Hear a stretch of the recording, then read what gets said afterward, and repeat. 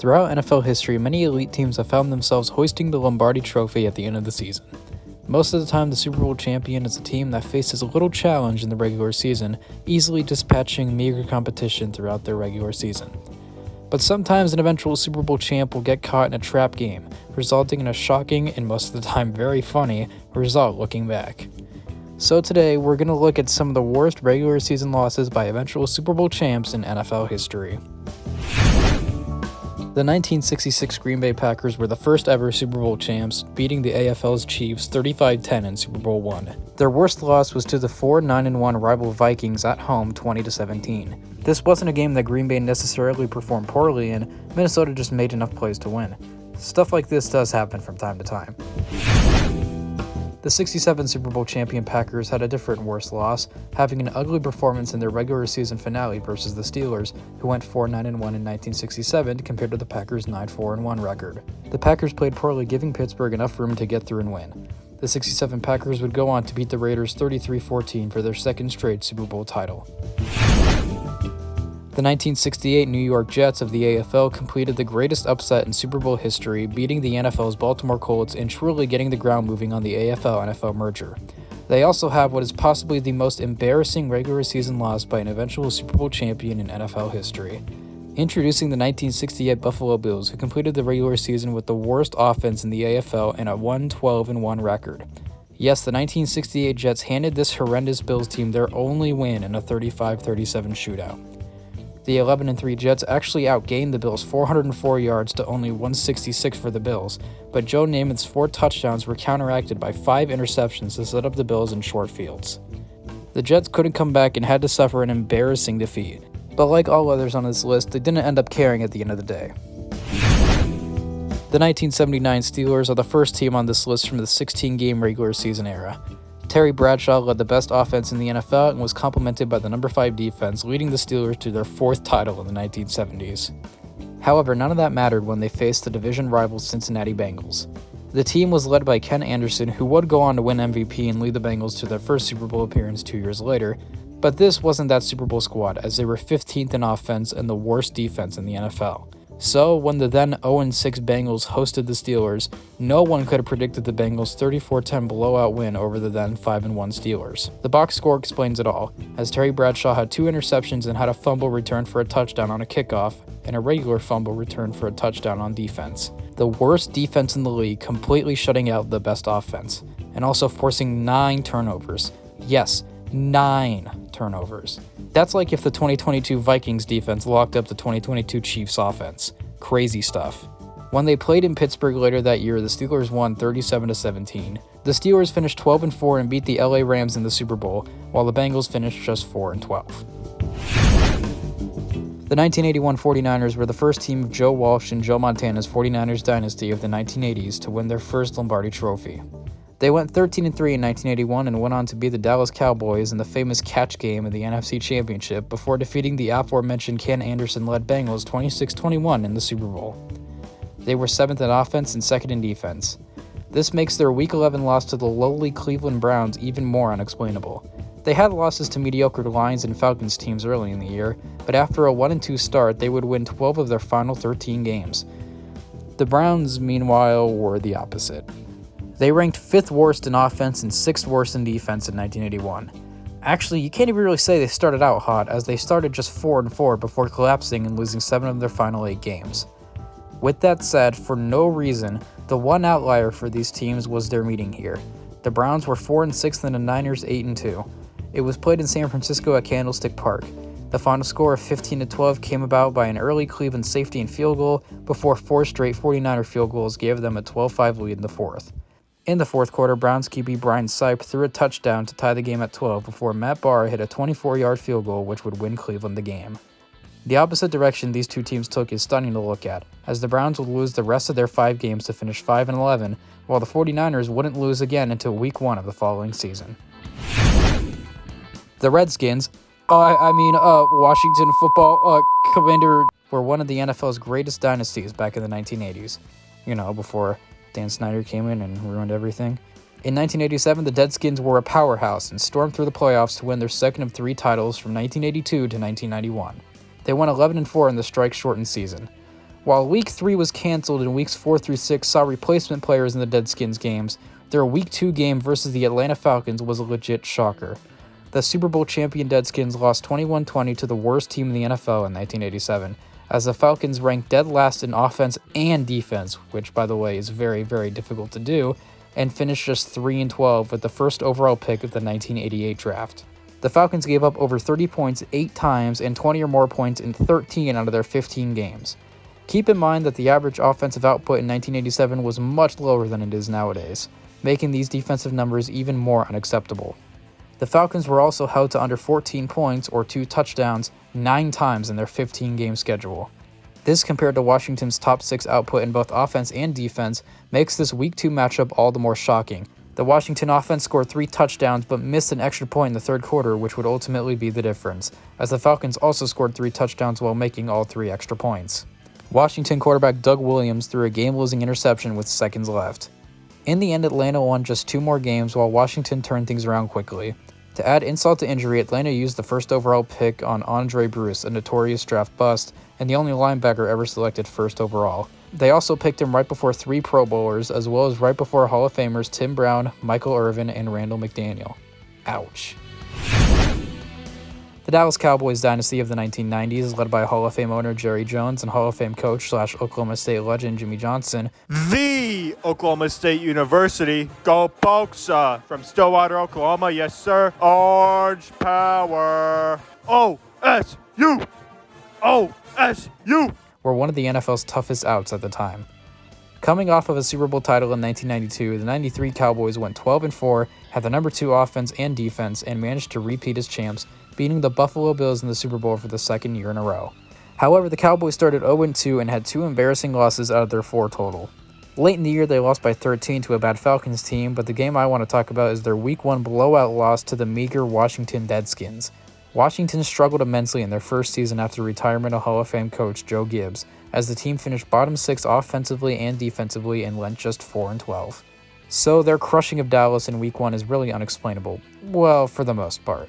What's crazy is that Dallas' Hall of Fame quarterback Troy Aikman was actually good statistically, going 17-29 for 267 yards and 2 touchdowns with no interceptions. Dallas' problem, and the main reason they lost, was the rushing attack. You see, Cowboys owner Jerry Jones wouldn't give running back Emmitt Smith a big contract to start in 1993, so Emmitt sat out the Cowboys' first 2 games, both losses. After he came back, Smith ran for nearly 1,500 yards and won the MVP award. So, while it makes the loss a little easier to explain, losing with this much talent to a team so bad by such a big margin is still shocking to look back on, especially since the same Cowboys team beat the Deadskins 38-3 late in the year. Simply a puzzler all around. The 1997 Denver Broncos finally managed to break through and win a Super Bowl. The franchise was 0-4 in the big game before they managed to upset Brett Favre and the Packers in the Super Bowl as massive underdogs. The Broncos had the best offense in the league thanks to Hall of Fame quarterback John Elway and Hall of Fame running back Terrell Davis. The defense also ranked 6th. The Broncos started 6-0 and after their bye week went to Oakland to take on the Raiders. The Raiders were 2-4 and managed to end Denver's undefeated season 28-25. What's so shocking about this loss is that Oakland really failed to take advantage of the momentum, as they went just 1-8 in the remaining 9 games, finishing 4-12 and with a mediocre offense and the 3rd worst defense in the league. Denver would beat Oakland 31-3 later in the season.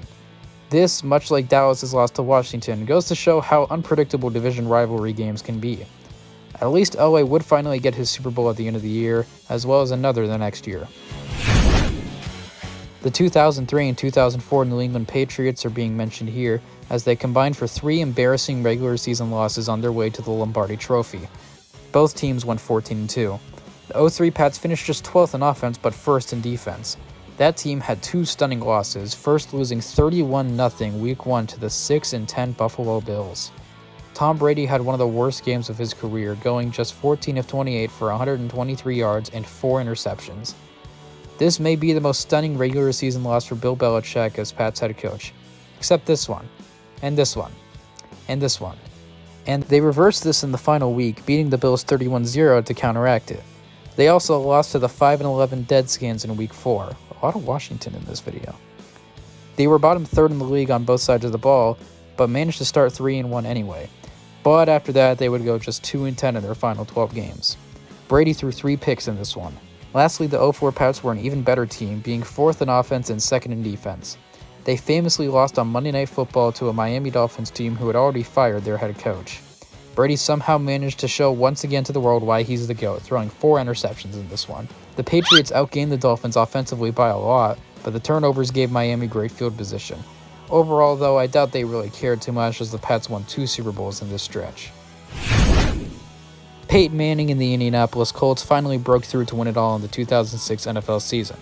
However, things weren't looking great for the Colts heading into the playoffs, as after a 9-0 start, Indy went just 3-4 in their last 7 games, which ended up costing them a first-round bye. Their worst loss was actually historic, as their 4th and final loss came in Week 16 to the Houston Texans on the road. The Colts' 23rd-ranked defense was the main culprit. Peyton had 3 touchdowns and a 135 passer rating, but Texans running back Ron Dane had 153 rushing yards. Tied at 24 apiece, the Colts defense turned into Swiss cheese, allowing David Carr to lead a game-winning drive to cost Indy a first-round bye. It didn't matter though, as the Colts finally took down the rival Patriots in the AFC Championship before defeating the Bears in Super Bowl 41. Drew Brees and his 2009 Super Bowl champion Saints make the list, as after a 13-0 start, the team was finally upset by a very good Cowboys team in Week 15. That's not the embarrassing loss though, as they would go on to lose the next week to the lowly 3-13 Tampa Bay Bucks at home. New Orleans was up 14 going into the fourth quarter, but Tampa Bay would score 2 touchdowns in the fourth, including one on a punt return. Tampa quarterback Josh Freeman wasn't even too great, but running back Cadillac Williams, yes, that is this man's real name, went for 129 yards on the ground. Saints kicker Garrett Hartley missed a 37-yard game-winning field goal, and Tampa Bay scored a game-winning field goal of their own without Drew Brees ever being able to touch the ball in overtime. The Saints sat starters the next week, finishing 13-3 before beating Hall of Fame quarterbacks Kurt Warner, Brett Favre, and Peyton Manning before winning the whole thing in Miami. Eli Manning and the New York Giants did the unthinkable in 2007, beating the undefeated New England Patriots in Super Bowl 42. 4 years later, the Giants again got the win over New England to hoist their second Lombardi Trophy in 5 years. The 2011 team had ups and downs, starting 6-2 before losing 4 in a row, then saving their season with a 3-1 finish before pulling off 4 straight playoff upsets. This embarrassing loss is actually 2 embarrassing losses, as they were swept by the 5-11 Washington Redskins led by Rex Grossman. The first, a 28-14 loss at FedEx Field on opening day, with the second being a 23-10 loss at MetLife Stadium. Eli threw 3 picks to 0 touchdowns and the Giants lost, but they won their last 2 games and clinched the NFC East, and the rest is history. Before we get to the most recent entry, I do want to show a few honorable mentions throughout the years.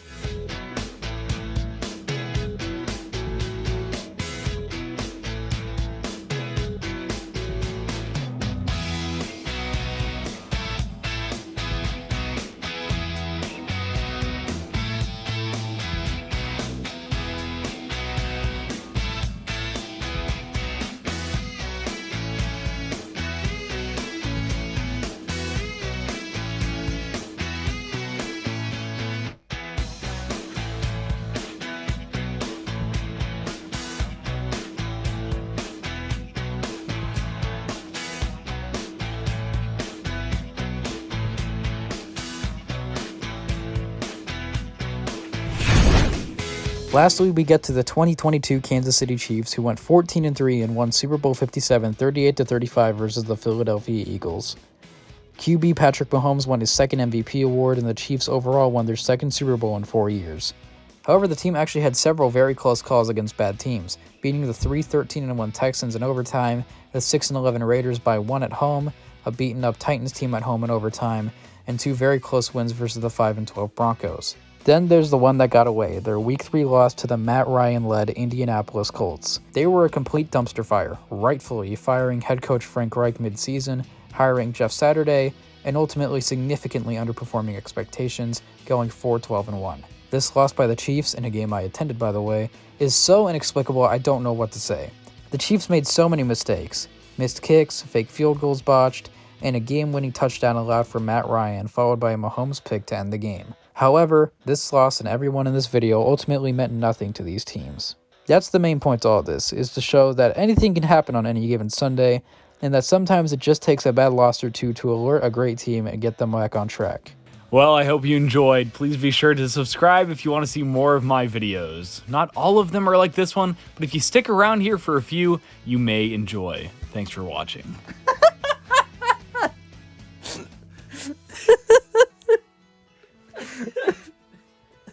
It's the dumbest thing that's ever happened.